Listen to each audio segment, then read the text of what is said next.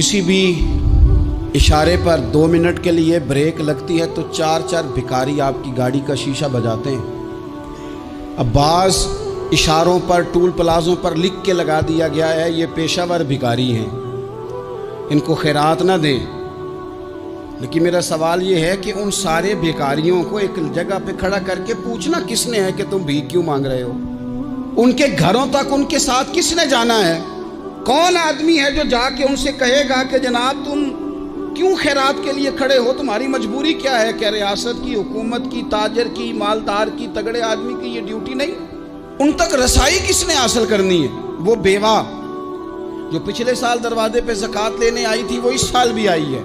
वो खातून जिसे पिछले साल आटे का थैला दिया था वो इस साल भी आई है। वो खातून जो पिछले साल 4 बच्चों को साथ लेकर के छोटों को आई थी वो आज भी उसी तरह कशकोले तलब दराज किए हुए है। और हजरत उमर क्या फरमाते हैं? सैयदना फारूक आज़म रदी अल्लाह ताला अन्हु इरशाद फरमाते हैं, इसको इमाम बहकी ने और इमाम सुयूती ने नकल किया है। हजरत उमर फरमाया करते थे कि अगर मैं जिंदा रहा तो इराक वालों मैं तुम्हारी बेवाओं के लिए ज़रूरत का इतना सामान कर जाऊंगा कि बीबी जब तक जिंदा रहेगी किसी की मोहताज नहीं होगी। उसके लिए इस तरह के असबाब पैदा कर दिए जाएंगे कि उसे हाजत नहीं होगी। उसके लिए मुस्तकिल बुनियादों पर उसके अखराजात देखकर उसके लिए एहतमाम कर दिया जाए। उसे दोबारा कशकोले तलब दराज करने की ज़रूरत नहीं पड़ेगी। एक सहाबी थे हजरत जनाब सैयदना खफाफ बिन ईमा गफ्फारी रदी अल्लाह ताला। इन्होंने बड़ा किरदार अदा किया था मैदान उहद में, इन्होंने और इनके साहिबजादे ने।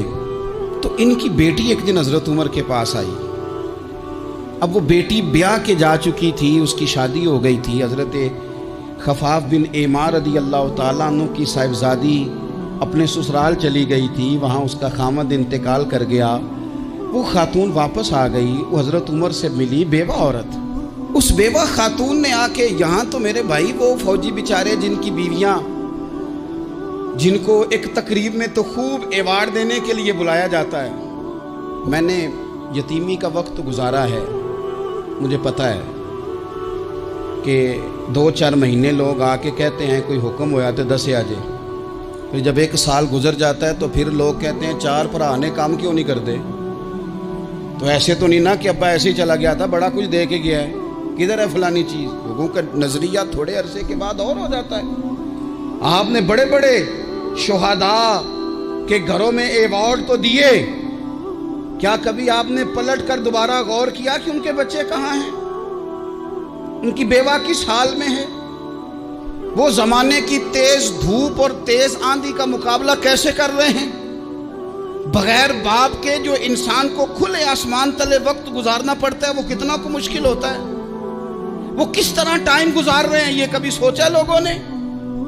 यहाँ तो निरंगिए सियासत दौरान तो देखिए मंजिल उन्हें मिली है जो शरीके सफ़र न थे, जो निकले ही नहीं थे वो मंजिल तक पहुँच गए, और जिन्होंने जवानियाँ गुजार दी वो रास्ते में रह गए।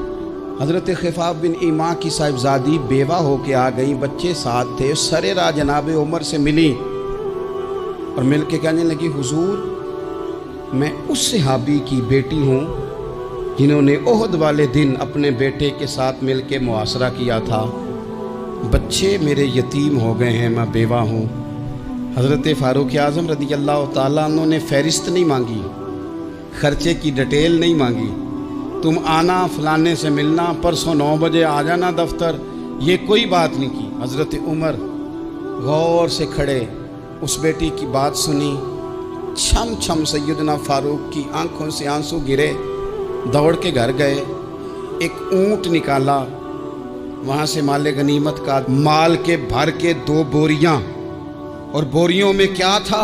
चांदी भी थी, नकदी पैसे भी थे, कुछ ज़रूरत का सामान भी था, गल्ला भी था। 2 बोरियां भर के ऊंट पे रख के खुद लगाम उस बेटी के हाथ में थमा के का पुत्र सामान भी तेरा है, ऊंट भी तेरा है।